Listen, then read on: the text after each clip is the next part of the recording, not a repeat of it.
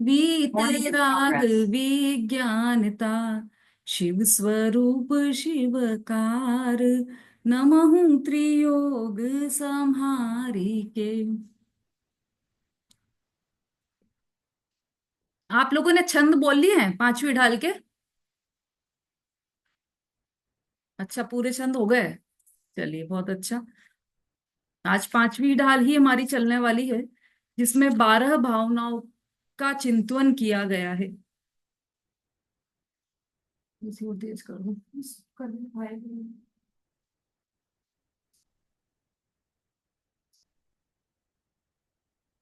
हाँ, अभी तक हमने चार ढाल पढ़ी है, उनमें क्या क्या आ गया है? कौन बताएगा? चार ढालों में हमने क्या क्या पढ़ा है अभी तक?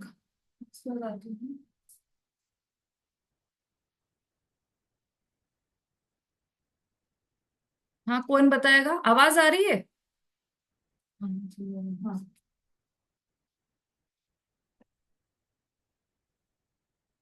अरे, संक्षिप्त में बताना है, एक एक लाइन में।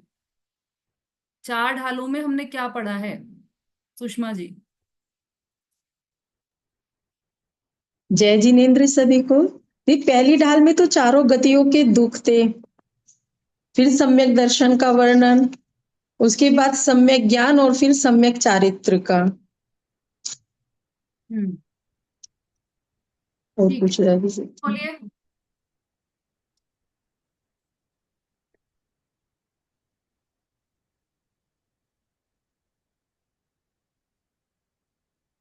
अरे, अनम्यूट कीजिए। हाँ। आवाज नहीं आ हाँ, रही क्या जय मेरी? जय जिनेन्द्र दीदी। हाँ जी, जय जिनेन्द्र, बोलिए। दीदी, पहली ढाल में तो संसारी जीव किस तरह से चतुर्गति में मोह मिथ्यात्व के कारण भ्रमण कर रहा है, चारों गतियों के दुखों का वर्णन किया है। और दूसरी ढाल में किस कारण से, मतलब मिथ्यात्व के कारण ये चतुर्गति में भ्रमण कर रहा है, मिथ्या दर्शन, मिथ्या ज्ञान, मिथ्या चारित्र, उसके बारे में वर्णन किया गया है। और तीसरी ढाल में बताया गया है कि इस आत्मा का सुख कहे में है। सम्यक दर्शन सम्यक दर्शन के बारे में बताया गया है उन्हें, 25 दोषों से रहित। और बाद में सम्यक ज्ञान के बारे में भी बताया है। और चौथी ढाल में सम्यक ज्ञान के बारे में बताया गया है। सम्यक चारित्र। चौथी ढाल का मैंने सम्यक ज्ञान का लक्षण, सम्यक दर्शन और सम्यक ज्ञान का अंतर दिखाते हुए सम्यक ज्ञान के भेद बताए हैं दीदी, प्रत्यक्ष और परोक्ष रूप से कितने प्रकार के भेद हैं। और श्रावक जीवन में सम्यक चारित्र की उपादेयता का वर्णन भी किया गया है, इन सारी 12 व्रतों का वर्णन करते हुए। ठीक है, बहुत बढ़िया। तो उन्होंने ठीक बताया। चौथी ढाल में एक देश चारित्र का वर्णन है, यहाँ से सम्यक चारित्र का वर्णन प्रारंभ हो गया है और एक देश चारित्र का वर्णन किया गया है चौथी ढाल में। अब ये जो पांचवी ढाल है, इसमें 12 भावनाओं का चिंतन किया गया है। पांचवी ढाल में हम सभी 12 भावनाओं का चिंतन करेंगे। कब करते हैं हम ये पांचवी ढाल का वांचन? जब किसी के देह विलय का प्रसंग हो तब करते हैं हम 12 भावनाओं का चिंतन। तो अभी क्यों कर रहे हैं हम? आज तो किसी का देह विलय नहीं हुआ। कि ऐसा नहीं है कि ये देह विलय के लिए, उस समय विशेष रूप से चिंतन इसलिए किया जाता है क्योंकि परिणाम आकुलित रहते हैं, और परिणामों को शांत करने के लिए, वैराग्यमयी बनाने के लिए इन 12 भावनाओं का चिंतन किया जाता है ना? वास्तव में तो ये क्या होता है, एक और जगह पर हमने देखा कि 12 भावनाओं का चिंतन कब करते हैं? तो जब तीर्थंकर दीक्षा लेते हैं, तब लोकांतिक देव स्वयं आकर तीर्थंकर मुनिराज के साथ ये 12 भावनाओं का चिंतन करते हैं। तो इन 12 भावनाओं का चिंतन मुनि दशा में किया जाता है या दीक्षा लेने पर किया जाता है या मुनि दशा से पहले किया जाता है? कब किया जाता है इनका चिंतन? इसका प्रॉपर टाइम क्या है, किस समय ये किया जाता है? तो हमें ऐसा लगता है कि 12 भावनाओं का चिंतन तो जब दीक्षा लेते हैं मुनिराज तब करना चाहिए। तो ऐसा नहीं है। मुनिराज ने दीक्षा ली, तब 12 भावनाओं का चिंतन किया, पर उसके बाद इन 12 भावनाओं का चिंतन छोड़ दिया हो, ऐसी ऐसा बिल्कुल भी नहीं है। मुनिराज के सतत वर्तता रहता है इन 12 भावनाओं का चिंतन। केवल दीक्षा लेने के समय वो तो शुरुआत है, वहां से तो 12 भावनाओं का चिंतन प्रबल रूप से प्रारंभ हुआ है और उसके बाद सतत रूप से चलता रहता है उनके पूरे मतलब मुनि दशा में 12 भावनाओं का चिंतन चलता ही रहता है। और ये तो गृहस्थियों के भी चिंतन करने लायक है, क्योंकि ये वैराग्य भावना को प्रबल करता है। देखिए इसी में बताएंगे, छंद नंबर 1 है, पेज नंबर 128। भावनाओं के चिंतन का कारण, उसके अधिकारी और उसका फल। इसे 12 भावनाएं भी कहा जाता है, अनुप्रेक्षा भी कहा जाता है। अनुप्रेक्षा अर्थात बारंबार चिंतन करना। मिल गया सबको 128?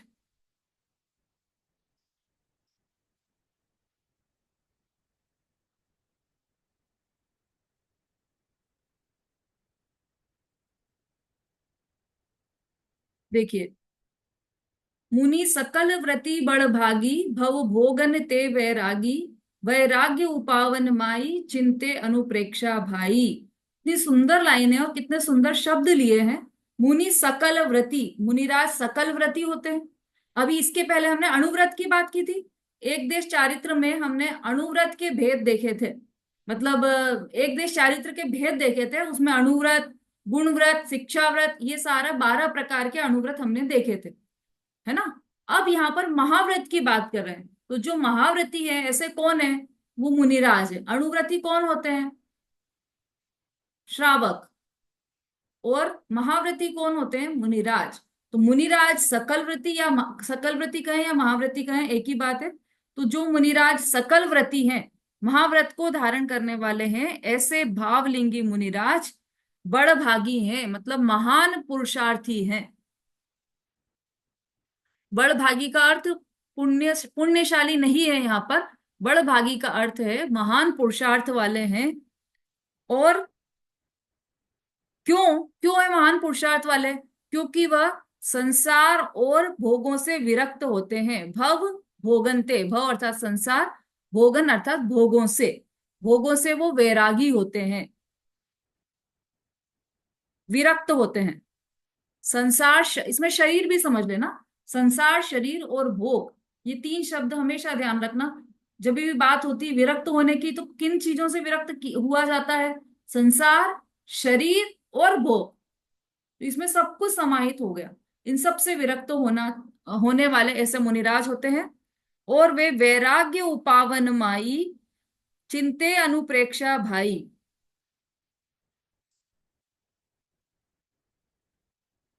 हाँ, तो वैराग्य को उत्पन्न करने के लिए माई के समान, माता के समान जो अनुप्रेक्षा है उसका चिंतन करते हैं।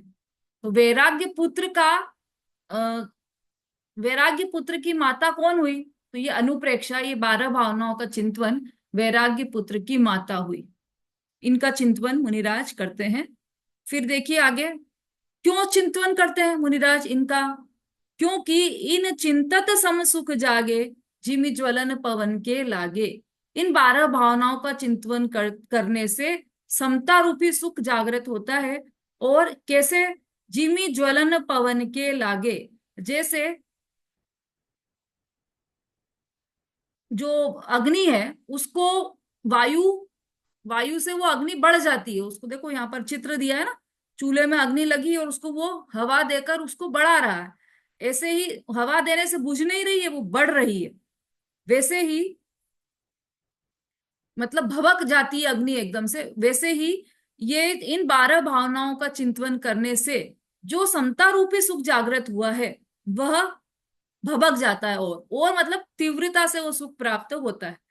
अब देखो इसमें 2 बात है। एक तो ये कि इन चिंतत सम सुख जागे, तो इन चिंतत मतलब 12 भावनाओं का चिंतन करने से समता रूपी सुख जो जागृत होता है वह बढ़ जाता है।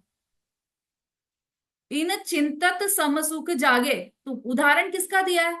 कि जैसे अग्नि है, उसको, अग्नि को बढ़ाना है तो वायु से बढ़ाएंगे हम, हवा से बढ़ जाती है अग्नि। वैसे ही समता रूपी सुख बढ़ जाता है। और इसमें एक रहस्य है इस लाइन में। समता रूपी सुख बढ़ जाता है, इसका मतलब पैदा नहीं होता है, समता रूपी सुख बढ़ जाता है। इसका अर्थ क्या हुआ? कि समता रूपी सुख पहले ही प्रकट हो गया। कब प्रकट हो गया? जब सम्यक तो प्राप्त हुआ था, तीसरी ढाल में ही प्रकट हो गया।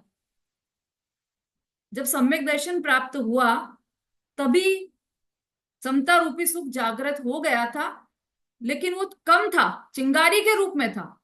और जब उसको इनके अनुप्रेक्षाओं की, 12 भावनाओं के चिंतन की वायु लगी, हवा लगी, तो वो चिंगारी अग्नि के रूप में बदल गई। इसका मतलब चिंगारी तो पहले से थी, है ना, तभी तो वो बड़ी हुई 12 भावनाओं के चिंतन से।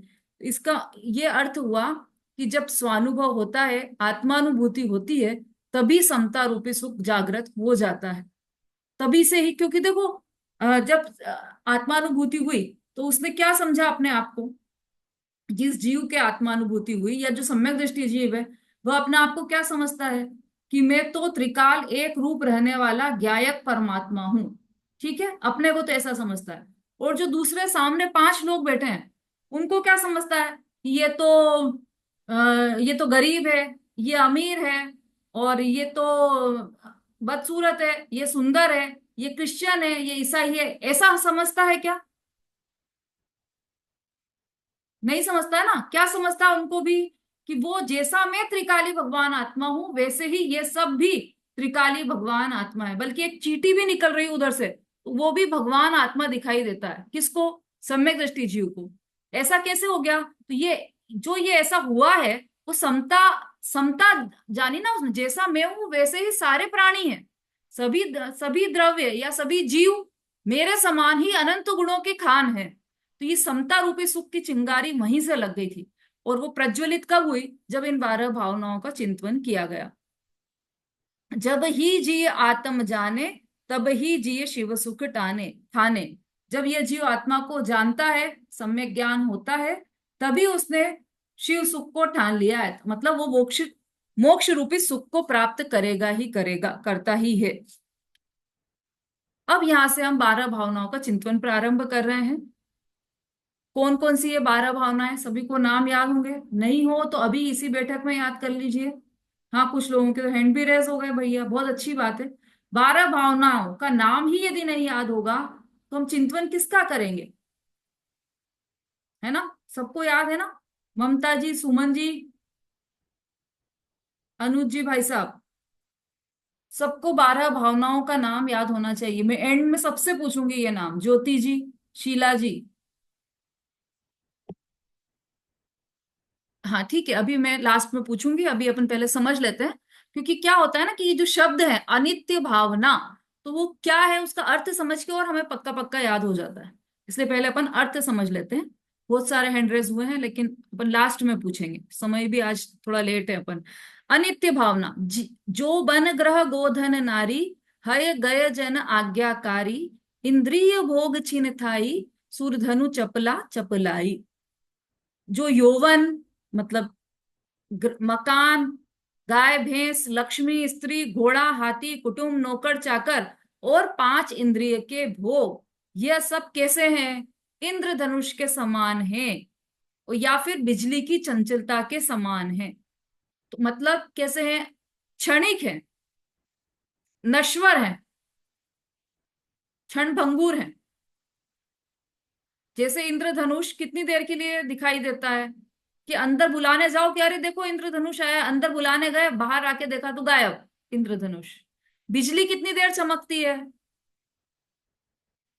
कि बिजली चमक रही है, आज घर में बिजली नहीं थी, आकाश से बिजली चमक रही है, अब मैं सारे गेहूं छान लूंगी उस बिजली की रोशनी में। कितनी देर चमकती है? कि एक समय के लिए चमकती है और तुरंत खत्म। ये जीवन ऐसा ही है हमारा। हमारा जीवन बिल्कुल क्षणिक है। और न सिर्फ हमारा, बल्कि जो हमारे सहयोगी हैं, हमारा जो यौवन है, मकान है, घर है, हाथी घोड़े, गाय, मतलब गाड़ियां हैं हमारी, और जो हमारे प्रिय हैं, कुटुंबी जन, परिवार जन, जिनके लिए हम पूरा जीवन अपना झोंक देते हैं, है ना, 24 घंटे में से 8 घंटे तो किचन में खड़े खड़े। किसके लिए? हमारे फैमिली वाले खाना खाएंगे, हम तो उनके स्वास्थ्य का बहुत ख्याल रखते हैं, एक एक चीज बहुत अच्छे से बना। न सिर्फ 8 घंटे तो किचन में खड़े हैं, उसके अलावा यूट्यूब पे रेसिपी देखते देखते पूरा जीवन चला गया। कल कुछ नया बनाएंगे, कल कुछ नया बनाएंगे। और हुआ क्या? उतरा घाटी, हुआ माटी। जीभ पे रखा उतनी सी देर का टेस्ट, और अगले सेकंड तो वो नीचे चला गया। अब क्या टेस्ट, उस 1 सेकंड के टेस्ट के लिए पूरा जीवन हमारा लगा देते हैं हम। और किस लिए? कि हमारे परिवार वाले खाएंगे और वो टेस्ट उनको अच्छा लगेगा तो वो बहुत खुश हो जाएंगे, वो बहुत तारीफ करेंगे। लेकिन वो कितनी देर के साथी हैं आपके? बिजली के समान साथी है, इंद्रधनुष के समान के साथी है वो। क्या बात कर रहे हो? हम तो 50 साल के हो गए, 50 साल से हमारे साथ है वो। हम तो 60 साल के हो गए, 60 साल से हमारे साथ है। तो कहाँ है बिजली के समान क्षणिक? पर जो आपका अनादि अनंत जो जीवन है उसके सामने ये बिजली की चंचलता के समान क्षणिक है। ये 150 साल आपके, 50 क्या, 100 150 साल भी लगा लो आप, तब भी वो बिल्कुल उतने ही है इंद्रधनुष के जितने। हम तो अभी देख रहे हैं, लेकिन जीवन कितना है हमारा? अनादि काल से हम निगोद में थे, हम पढ़ा है हमने पहली ही ढाल में। अनादि काल से लेकर और अनंत काल तक रहने वाले हैं हम आगे भी। उसके सामने ये जीवन जो है हमारा 150 साल का, वह तो बहुत क्षणिक है, इंद्रधनुष के समान है। तो अनित्य भावना में यही बताना चाहते हैं कि जीवन क्षणिक है, इसलिए इन सबसे मोह नहीं रखना चाहिए। देखो इसकी अंतिम लाइन, ऐसा स्वोन्मुखता पूर्वक चिंतन करके सम्यक दृष्टि जीव वीतरागता की वृद्धि करता है, यह अनित्य भावना है। मिथ्या दृष्टि जीव को अनित्यादि एक भी भावना यथार्थ नहीं होती। ठीक है, अब दूसरी अशरण भावना। सुर असुर खगादिप जेते, मृग ज्यो हरि काल दलेते, मणि मंत्र तंत्र बहु होई, मरते न बचावे कोई। सुर असुर मतलब, सुर मतलब इंद्र, देवों के इंद्र, असुर मत असुरों के इंद्र और खगेंद्र। देवों के इंद्र, असुरों के इंद्र और खगेंद्र जो भी हैं, वे सब कैसे हैं? उन सब का मृत्यु नाश करने वाली ही है।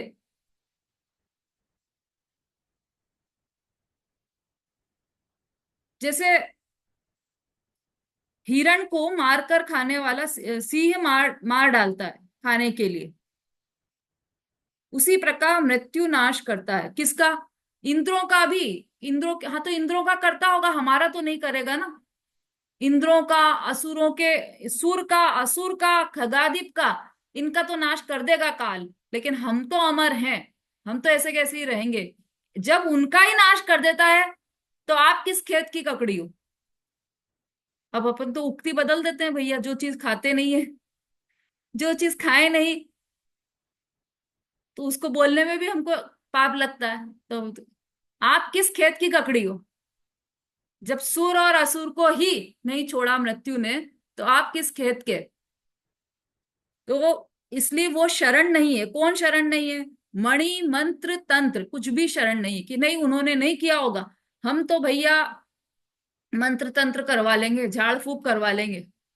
हमको कोई बीमारी होगी तो हमारे पास तो एक अच्छा झाड़ने वाला है, हम उससे झाड़ फूक करा लेंगे। झाड़ फूक कराओ। अच्छा, उस समय तो डॉक्टर नहीं होते थे भाई, जो पुराने चक्रवर्ती थे ना, उस समय तो डॉक्टर कोई होते नहीं थे। अब तो डॉक्टर है, डॉक्टर तो हमको बचा लेगा। डॉक्टर स्वयं स्वयं बच पाया है क्या? तो इसलिए कोई भी शरण नहीं है। बड़े बड़े रक्षा मंत्र तंत्र बहुत से होने पर भी मरने वाले को नहीं बचा सकते। भय तीर्थंकर से बली, तिनकी नहीं चली, मौत नहीं टली, तो अब का करिए, जिस पंथ चले भगवंत वही आचरिए। तो फिर क्या करना? ऐसा स्वोन्मुखता पूर्वक चिंतन करके सम्यक दृष्टि जीव वीतरागता की वृद्धि करता है। यह अशरण भावना है जो हमें भी भाना चाहिए। संसार भावना। चहु गति दुख जीव भरे हैं, परिवर्तन पंच करे हैं, सब विधि संसार असारा, या में सुख नाही लगारा। संसार भावना, अभी अपन देखो वो तत्वार सूत्र पढ़ रहे हैं, उसमें अपन ने त्रिलोक का नक्शा, अभी तो तीसरा ढाल और आने वाला, तीसरा अध्याय आने वाला है, उसमें आपको 3 लोक का नक्शा भी बताएंगे। और अपनी पहले भी उसमें बात चली कि 3 लोक, ऊर्ध्वलोक, मध्यलोक और अधोलोक। इस पूरे संसार में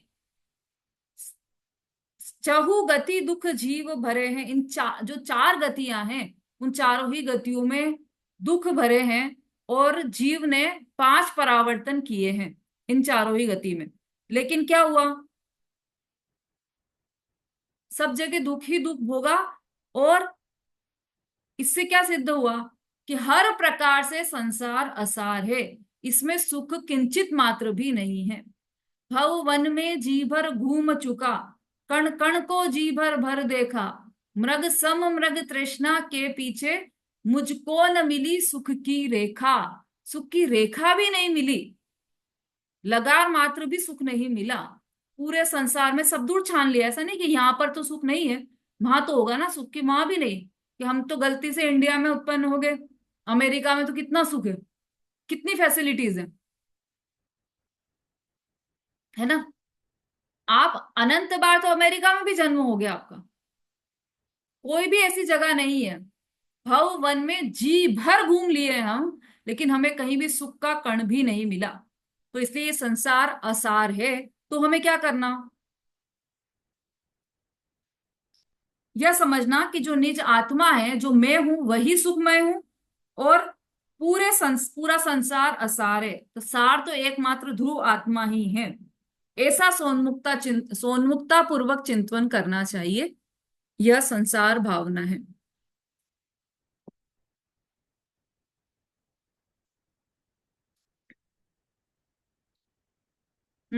इसमें से 6 भावनाएं, जो 12 भावनाएं ना, उसमें से 6 भावनाएं तत्व परक है और 6 भावनाएं वैराग्य परक है। सुलेखा जी। जय जैन दीदी, पंच हम्म परावर्तन के बारे में थोड़ा सा बता दीजिए। पंच परावर्तन, द्रव्य, हाँ क्षेत्र, काल, भाव और भव, ये 5 प्रकार के परावर्तन होते हैं। हाँ, ये तो मुझे पता है, लेकिन इनका मतलब क्या अर्थ है इनका? इसमें ऐसा अर्थ है कि जितने भी पुद्गल द्रव्य हैं संसार में, कितने हैं, अनंत। कितने हैं, अनंत अनंत है पुद्गल अनंत। द्रव्य। अनंत तो जीव है, अनंत पुद्गल अनंत। तो अनंतानंत है हाँ ना। पुद्गल परमाणु वो स्वयं एक द्रव्य है। जैसे अनंत पुद्गल हाँ। परमाणु है, तो ये जीव प्रत्येक पुद्गल परमाणु का ग्रहण कर ले, तब एक द्रव्य परावर्तन होगा। क्षेत्र परावर्तन कैसा है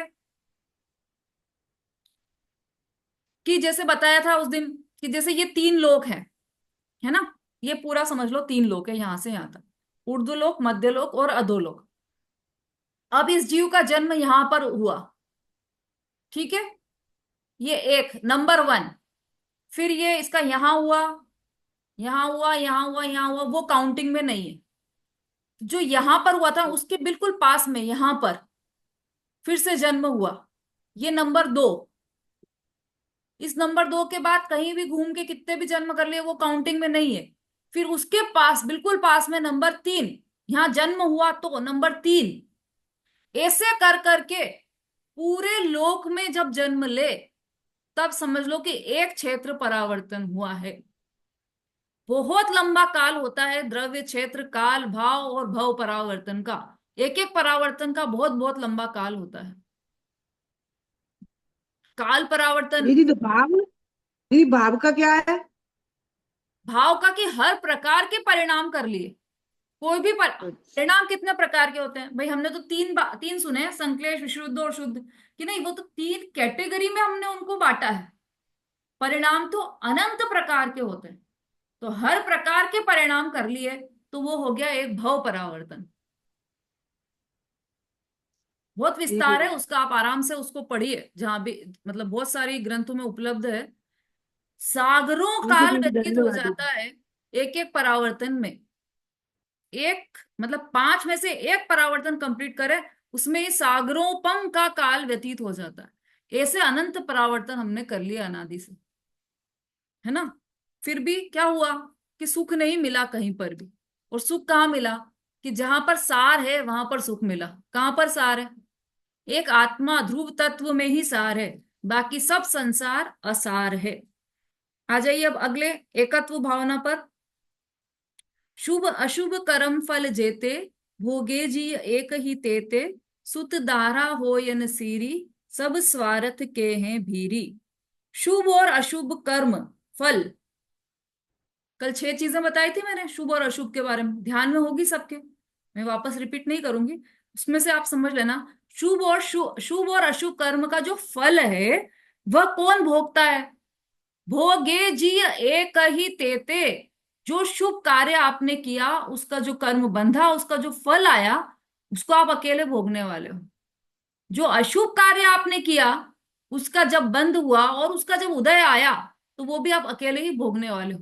चाहे किसी के लिए भी आपने कार्य किया हो कि मैंने तो समाज के अच्छे के लिए कार्य किया, कि मैं प्राइम मिनिस्टर बन गया ताकि जैन समाज का भी भला हो, तो फिर क्या हुआ कि उसमें भाई ऐसा ऑर्डर देना पड़ा कि पूरे ग्वालियर शहर में डीडीटी पाउडर छिड़काया जाए, डीडीटी की दवाई छिड़काई जाए। अब उसमें खूब जीव मर गए, मच्छर मर गए और खूब सारे प्राणी मर गए। तो मर गए तो मैं क्या कर सकता हूं? मैंने तो समाज के लिए, अच्छे के लिए किया है। तो इसका जो ये अशुभ बंध हुआ है ना, इसका फल किसको भोगना पड़ेगा? समाज को भोगना पड़ेगा, क्योंकि मैंने तो समाज के लिए किया था। कि नहीं, बिल्कुल नहीं। आपने अशुभ भाव किए हैं तो उसका फल आपको ही भोगना पड़ेगा। मैंने तो पूरे परिवार के लिए खाना बनाती हूँ, उसमें कुछ चींटियां मर गई तो अब मैं क्या कर सकती हूँ? उसका जो पाप लगेगा वो पूरे परिवार को लगेगा। मैंने अपने लिए थोड़ी बनाया था, पूरे परिवार के लिए बनाया था। कि नहीं, आपने अशुभ कार्य किया है, अशुभ परिणाम किए हैं, तो उसका फल आपको ही भोगना पड़ेगा। सिर्फ आपको भोगना पड़ेगा। भोगे जी एक ही तेते, सुत दारा हो ये नसीरी, सब स्वार्थ के हैं भीरी। इसमें कुछ भी काम नहीं आने वाले हैं आपके। आपने यदि कोई अशुभ भाव किए हैं तो उसमें आपकी कोई हेल्प कर दे कि वो थोड़ा सा बांट ले आपके दुख को, आपके उदय को बांट ले, ऐसा संभव नहीं है। आपको अकेले को ही भोगना पड़ेगा। वो सब स्वार्थ के सगे हैं। कौन? जो परिवारजन है, जो समाजजन है, स्वार्थी हैं। तो स्वार्थी है तो क्या करें कि अरे अ, द्वेष करें उनसे हम? कितने स्वार्थी हैं ये परिवार वाले, है ना। जब हमारी ये छड़ाला डिटेल में चली थी ये भावनाएं, तब एक स्वार्थी परिवार नाम का नाटक मैंने आपको सुनाया भी था शायद। उसमें आप सुनना, वो नाटक में क्या होता है, उसको पूरे परिवार का स्वार्थीपन का पता चल जाता है। तो फिर क्या करना? पूरा परिवार स्वार्थी ऐसा सिद्ध हो गया, अब क्या करना? द्वेष करना कि अरे इनका तो मेरा तो परिवार पूरा ही स्वार्थी है। उनका देखो, जो मेरे पड़ोसी हैं वो परिवार कितने हिलमिल के रहते हैं, वो अपनी मम्मी को कितना रिस्पेक्ट करते हैं। मेरे परिवार में तो कोई मेरा रिस्पेक्ट ही नहीं करता। इस द्वेष के लिए नहीं है ये बात। ये जानकारी दी जा रही है कि सब स्वार्थी ही होते हैं। सब अपना अपना ही स्वार्थ साधते हैं। उसमें आप भी शामिल हो, आप भी अपना ही स्वार्थ साधते हो, है ना। मम एक डिश अच्छी बनाई और बच्चे ने तारीफ की, तो बच्चे ने क्यों तारीफ की? कि हाँ अच्छा है, मम्मी लगी है काम में, और अच्छा है, मुझे कल भी अच्छी डिश खाने को मिलेगी। ठीक है, उसने उसका स्वार्थ साधा। आपने आपका क्या स्वार्थ साधा? आपको मान मान कषाय की अधिकता है कि अरे मैं मास्टर शेफ में जाने लायक हूं। ऐसा ऐसा परिणाम आ जाता है कि भाई सब मेरी तारीफ करें, तो मान के वशीभूत होकर आप वो कार्य कर रहे हैं। सब अपने अपने स्वार्थ के साथ जीते हैं। कोई भी बिना स्वार्थ के कोई कार्य नहीं करता। ये यहां पर बता रहे हैं। तो ये एकत्व भावना में क्या बताया कि संसार मार्ग हो चाहे मोक्ष मार्ग हो, दोनों में ही जीव अकेला है। मोक्ष भी जाएगा तो अकेला जाएगा। ऐसा जानकर समदृष्टि जीव स्वोन्मुख होता है और क्या करता है? अपना एकत्व शुद्ध आत्मा के साथ ही मानता है। यह एकत्व भावना है। अगली है अन्यत्व भावना। बहुत इंपॉर्टेंट है ये दोनों, एकत्व भावना और अन्यत्व भावना। देखो, एकत्व भावना में ऐसा बताया है कि सब अकेले अकेले हैं। कोई किसी का सुख दुख नहीं बांट सकता। तो वो अकेलेपन में सुंदरता है, ये समय सार में बताया है ना। एकत्व निश्चय गत समय सर्वत्र सुंदर लोक में, उससे बने बंधन तथा जो विरोधिनी एकत्व में। उसमें क्या बताया कि सर्वत्र एकत्व ही सबसे सुंदर है। और एकत्व कहाँ नहीं है? सब जगह पर एकत्व है, क्योंकि कुछ भी मिला नहीं है आपस में। शरीर और आत्मा इतने काल से साथ में रहे, शोभा जी, शरीर और आत्मा इतने काल से साथ में रहे, कब मिल गए? मिले या नहीं मिले? कभी नहीं मिले। न शरीर में आत्मा मिला, न आत्मा में शरीर मिला। दोनों एक अकेले ही रहे। और ये एकत्व ही तो सुंदर है। इसका मतलब क्या हुआ कि सारे द्रव्य एकत्व को प्राप्त हैं और सारे द्रव्य सुंदर है। मतलब आप इस पूरी सृष्टि में जिधर भी नजर घुमाओगे सुंदरता ही दिखाई देगी आपको। इतना सुंदर है कथन ये समय सार जी का। तो ये जो समय सार है वो पूरा एकत्व अन्यत्व भावना पर ही आधारित है। चलिए, अन्यत्व भावना। जल पय ज्यों जियतन मेला, पे भिन्न भिन्न नहीं भेला, तो प्रगट जुदे धन धामा, क्यों है इक मिली सुत रामा। जल और पय, जल अर्थात पानी, पय अर्थात दूध। दूध और पानी की तरह ये शरीर और आत्मा, जीव एक दूसरे से मिले हुए हैं। मतलब एक क्षेत्रावगाह है, संबंध है इन दोनों में। एक ही क्षेत्र पर, जिस क्षेत्र पर आत्मा है उसी क्षेत्र पर शरीर है, जिस क्षेत्र पर शरीर है उसी क्षेत्र पर आत्मा है ना। जैसे दूध और पानी। पर क्या दूध और पानी एक क्षेत्र पर रहते हुए भी एक में एक हो गए? हुए कि नहीं हुए रेखा जी?